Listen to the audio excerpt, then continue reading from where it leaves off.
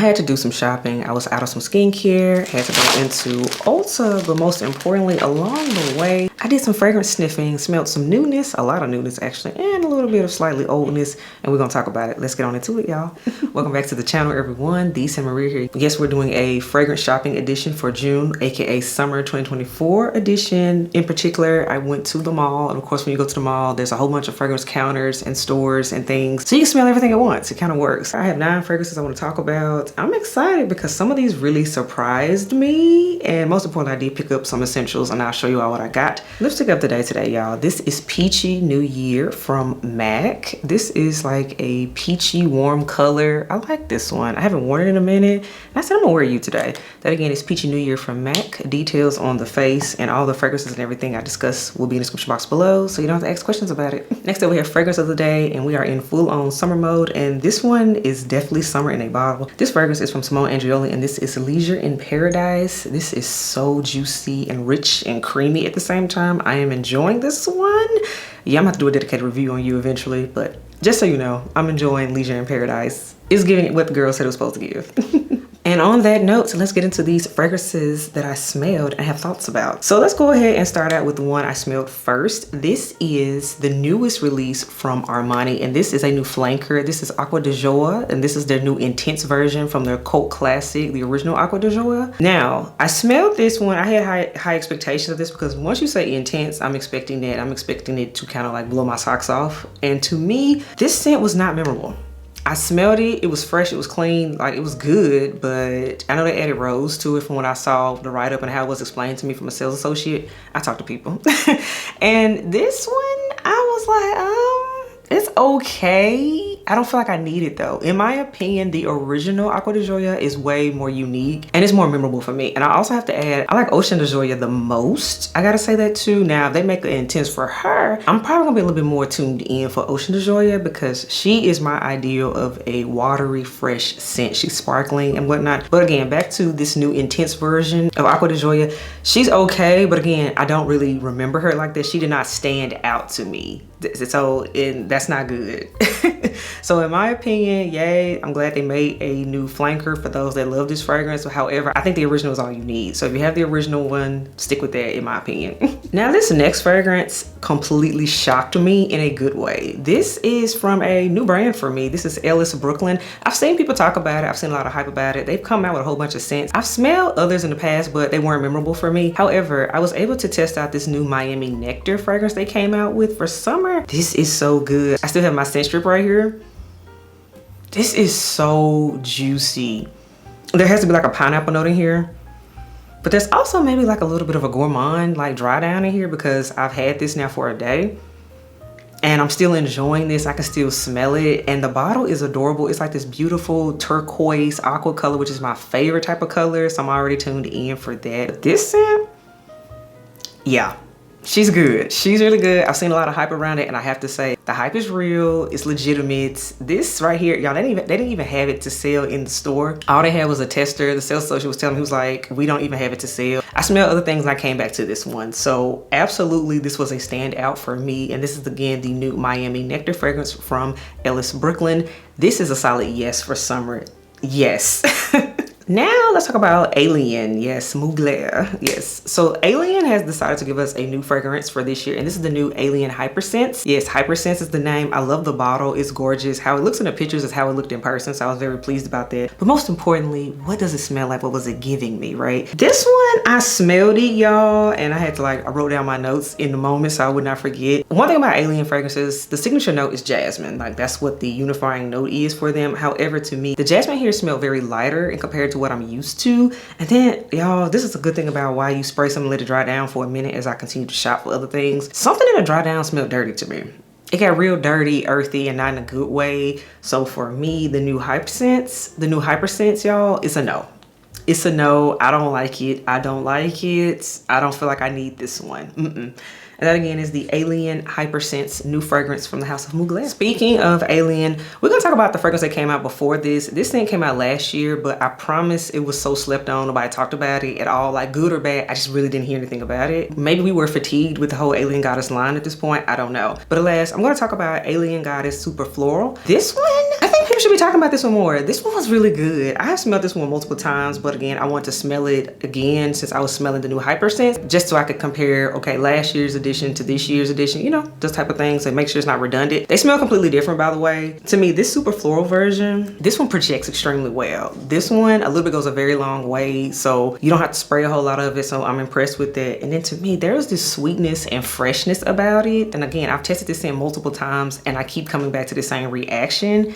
It's just fresh and sweet, and I'm here for it. And it projects. And another thing, y'all, I have to say this. I know, again, this was like the third installment of the Alien Goddess line. Of course, we have original Alien Goddess. We have Alien Goddess Intense. I have both of those. Done dedicated reviews on both of those. If you haven't already checked it out, feel free to do so. This new Super Floral version came after those editions. I still think Super Floral is worth checking out, even if you already have those two. I have the previous two editions already, and I still feel that way. This one is good. And she projects. She's sweet. The pear is giving it here. I'm here for it. And that again is Alien Goddess Super Floral. Now let's talk about this fragrance. This is a new release. It came out actually in the winter time, like late winter, early spring, but it's definitely a summer fragrance. This is from Kilian. And I realized I never spoke about this scent on the channel, even though I tested it out multiple times before. But now we're gonna talk about it. This is Kilian's This is Kilian's Sun-Kissed Goddess. There's so many goddesses being thrown out today. But Kilian's Sun-Kissed Goddess. I love Kilian. Me and Kilian, we have a lovely relationship. We've been rocking out for a few years now. I have a ton of Kilian fragrances. However, let me tell y'all something. Sun-Kissed Goddess does not smell unique at all. It is a typical solar white floral scent that you smell around the summertime. It smells like every beachy, solar, coconut milk, sunscreen scent that's already out on the market, and I gotta be honest about it, that's probably much cheaper than this one. So this is one I feel like if you're a Kilian collector, then you will probably get this one, because right now they've been saying that it's limited edition. I don't think that's gonna be the case, because I'm seeing a lot of advertising for this scent. It's being heavily pushed, which I mean, hey, it is a new release, it makes sense, but I don't think it's special enough for the Kilian price tag. And especially if you're someone like me that already has a ton of fragrances, particularly in the summer sunscreen solar field, I don't feel like I just need to get this right now. I just don't. Maybe my opinions will change in a year or two from now, but immediate, again, I've smelled this fragrance multiple times and I still feel that way. I don't feel like I need it. And that again is Kilian's Sun-Kissed Goddess. It's cute, it's pretty, but it's not unique. All right, now we're gonna be a little bougie. I went over to my Chanel Beauty Boutique since I had time. I keep on forgetting that we have one here sometimes. It's a whole thing. But I went in there, luckily nobody else was in there, and I had a very helpful sales associate because I wanted to smell their new Comete, or Comet, depending on how you pronounce it. But I wanted to smell their new fragrance. I did get a full breakdown about this scent with the sales associate. This is a cherry blossom fragrance with iris. That's how it was explained to me. And yeah, look, I still have it right here. This is absolutely a fresh and clean and creamy scent, because to me, cherry blossom always smells like body care. I don't care who makes it. I don't care if it's Bath & Body Works. I don't care if it's Chanel. It always smells like body care to me. Like a creamy, luxurious body cream is what this is. Iris is gonna always give everything a powdery effect. This is nice. I can absolutely see this being someone's signature scent for sure. It's nice. However, it's still not beige for me, which you all know from the Liz exclusive line. When it comes to Chanel, it's beige. That scent, yes, I love that one. We'll absolutely repurchase that one. Comete, she's cute. I like her. But she would require more testing before I full on say, yes, I need it, I want it. I don't feel like it's a need. I feel like this would be a want, if that makes any kind of sense. But she is nice. I see what people have been talking about it. But again, you gotta like cherry blossom and you gotta like iris in order to enjoy this scent. And that again is Chanel's Comete. Now this next fragrance was a total unexpected like opportunity to sniff it and smell it, even though it's not new. And it's also not a summer fragrance, by the way. It's interesting. This is not really talked about at all. This is from the house of Initio. And don't forget, we have an Initio counter in the mall now. It's like, yay, thank you. And this was out, just sitting out to play in, test it, what have you. And I said, And this is Blessed Baraka. And I said, let me just smell it. I've never smelled this one and people really don't talk about it. Let's be real. Everybody always talks about side effect. We hear about atomic rose and maybe, yeah, must therapy. Those are like the main three I hear the most about. Sometimes absolute aphrodisiac, but that one's kind of polarizing. But I never hear about Blessed Baraka. And y'all, this is so sexy for cold weather. This is so sexy. This is an ambery vanilla scent. This might be the most slept on cold weather sexy fragrance. I don't understand. Like, why are we not talking about her? Like, again, we talk about absolute aphrodisiac when it comes to Initio and cold weather. We do. But Blessed Baraka, wow. This one is perfectly unisex to me. This is definitely femme fatale for sure. This is not a girly scent at all. Some might even say it leans a little masculine, but to me, this is sexy. This is sexy. Like, I want to wear this come October. So, okay, this is getting added to the fall wish list because, yeah, I'm already starting on the fall wish list because here we are. Again, this was not expected, but Initios Bless Baraka Honey. Yes. This is a total yes, love at first sniff. Next up, we're gonna round things out here with Creed. So I had some time to go by the Creed counter. So I decided to smell Queen of Silk again because I smelled her the first time and I have talked about her in a previous video, but I wanted to do it in a roundup video because she is still the newest scent from Creed. She is powerful, she is loud. This is my Creed scent strip from the day before when I went and smelled everything. And this is still potent and loud. The passion fruit in here is serious. And the oud for sure. So they were not lying about those two notes. This is a fruity floral oud scent is what it is. In my opinion, I would put it in the same family as a MFK's Oud Satin Mood, which I do have and I have reviewed here on the channel. They are not the same scent, but I'm saying they're in that family. That's just the best way to put that. So for it's like the rich and thick scent that leaves a heavy trail because both of them have oud in them. If you like Oud Satin Mood, I think you also enjoy Queen of Silk in my opinion, and I'm one of those people. In fact, I want Queen of Silk for the fall. So yes, another fall wish list item scent. Yes, so Queen of Silk, she's a yes. She's a yes because now I've smelled her more than once and I still feel that way. So yeah, she gets added to the list. And that again is Queen of Silk by Creed. And then the final scent, you all, this is a follow-up to a previous sampling series video I did this month, I want to say. And this is when I talked about Creed Love in White because I know that's a very popular scent. So I decided to smell the Creed Love in White for summer because a lot of you elves did suggest it to me. It's like, well, okay, you smell the Love in White and smell the summer one. Check it out. Let us know what you think. And I do read y'all comments. I listen and I did smell Love in White for summer. Let me tell y'all something. I prefer the summer edition. I like this one more. It added citruses to it. It's like the main difference. And to me, the citruses in this scent help to enhance it and make it a little bit more brighter and more youthful to me. Because as I said in my original first impressions of the original version of Love in White, it could possibly smell a little dated, little vintage in my opinion, but it is an older scent. However, the Love in White for summer edition, it's like they revived it. They like jazzed it up. I'm like, okay, now this is the one I would wear. I would buy the Love in White for summer before I would buy the original. That's just where I am in my scent journey.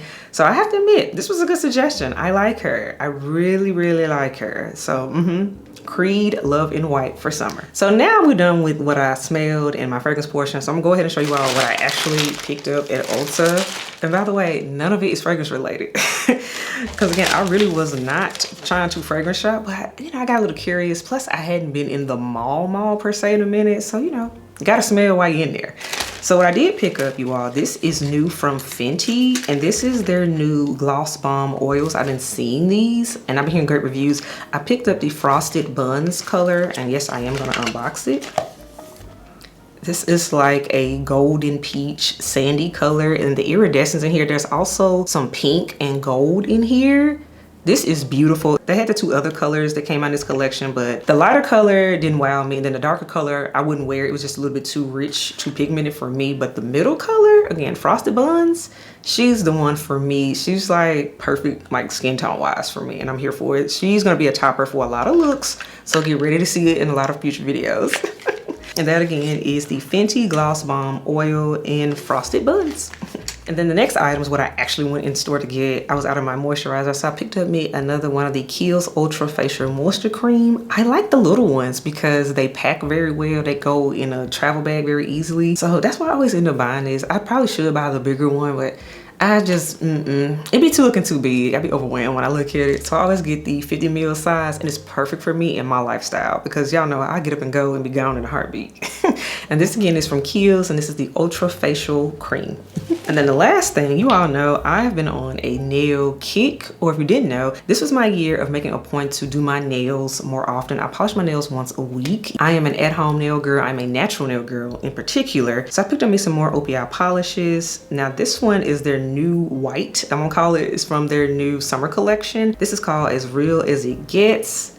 Check that out. It has a tinge of gray to it in my opinion. I was able to compare it to Alpine Snow and Funny Bunny. All my OPI girls, you know those are like the two main white polishes. So I said, let me see what this new white one is going to give because I love gray. Hello, I'm always wearing gray when I'm filming. So yes, as real as it gets is a nail polish I picked up, and you'll probably see it on my nails sooner rather than later. Now this next one, I couldn't resist it because I love a good neon. I love a good bright. It's just something about it. This is also from OPI, and this is Stay Out All Bright. Check that out. Definitely in that neon yellow, neon lemon type of color.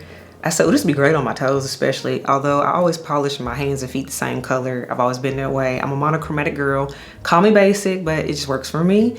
But yes, I had to pick out Stay Out All Bright. And that is all I picked up from Ulta. So all right, everyone, that wraps up this video of fragrance shopping for summer. Let me know what you think. Do you agree with some of my thoughts? Have you smelled any of these new fragrances? Do you love them? Do you hate them? Let me know in the comments below because I know y'all gonna do that anyway. The elves are very opinionated and I love it.